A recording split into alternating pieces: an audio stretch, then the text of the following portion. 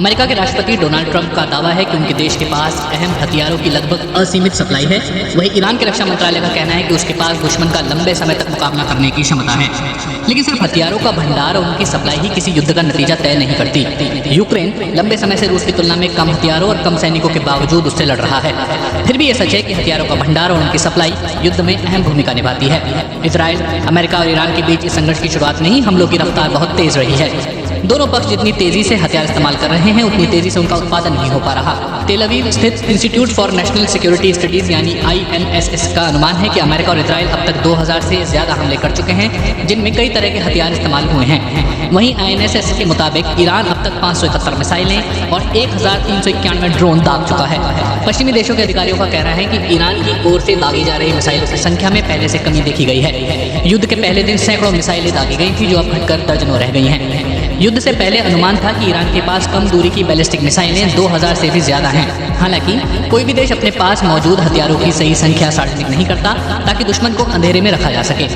America के शीर्ष सैन्य कमांडर जनरल डैन कैन ने कहा है कि जंग के पहले दिन की तुलना में ईरान की बैलिस्टिक मिसाइलों की लॉन्चिंग 86% घट गई है। अमेरिकी सेंट्रल कमांड के अनुसार पिछले 24 घंटों में ही इसमें 23% की गिरावट दर्ज की गई। युद्ध से पहले माना जाता था कि ईरान ने कई हजार Shahid one way attack drone missile बना रखे हैं। इस तकनीक को उसने रूस को भी दिया, जो यूक्रेन में इनका इस्तेमाल कर रहा है।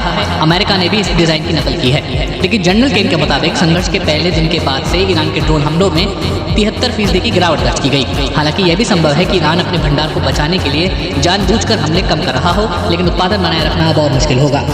अमेरिका और इजराइल के लड़ाकू विमान अब ईरान के ऊपर हवाई बढ़त बना चुके हैं।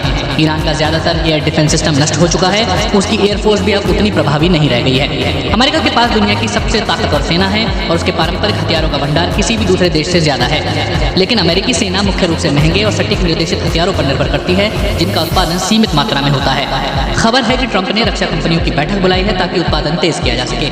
इससे संकेत मिलता है कि अमेरिका के संसाधनों पर भी दबाव हो सकता है। अब अमेरिका को पास से हमले करने की कुछ आजादी मिल गई है, जिससे दबाव कुछ कम हुआ है। जनरल केन ने कहा है कि अमेरिका अब महंगे और लंबी दूरी के हथियारों जैसे टॉमहॉक क्रूज मिसाइलों के बजाय कम महंगे हथियारों का इस्तेमाल कर रहा है। अमेरिकी वायुसेना अब GDAM बमों का इस्तेमाल कर रही है, जिन्हें सीधे लक्ष्य के ऊपर से गिराया जा सकता है। वाशिंगटन स्थित centre for strategic and international studies यानी CSIS के पूर्व मरीन कर्नल मार्क कैंसियन का कहना है कि शुरुआती लंबी दूरी के हमलों के बाद अब अमेरिका कम खर्चीले मिसाइल और बम इस्तेमाल कर सकता है। उनका मानना है कि अमेरिका इस स्तर की लड़ाई लगभग अनिश्चित काल तक जारी रख सकता है। जैसे जैसे युद्ध लंबा खिंचता है, टारगेट की सूची भी छोटी होती जाती है, लिहाजा हमलों की रफ्तार धीरे धीरे कम हो सकती है। मार्क कैंसियन के मुताबिक अमेरिका के पास JDAM बमों की संख्या 10,000 में है, लेकिन महंगे एयर डिफेंस सिस्टम की संख्या सीमित है। संघर्ष के शुरुआती चरण में ईरानी जवाबी हमलों को रोकने के लिए इनकी जरूरत पड़ी थी। पैट्रियट मिसाइलों की मांग बहुत ज्यादा है, सिर्फ अमेरिका में नहीं बल्कि उसके अरब सहयोगियों और यूक्रेन में भी। हर इंटरसेप्टर मिसाइल की कीमत $40 लाख से ज्यादा है और अमेरिका सालाना करीब 700 का उत्पादन करता है। अगर ईरान बैलिस्टिक मिसाइलें दागता रहा तो ये सीमित भंडार तेजी से घट सकता है।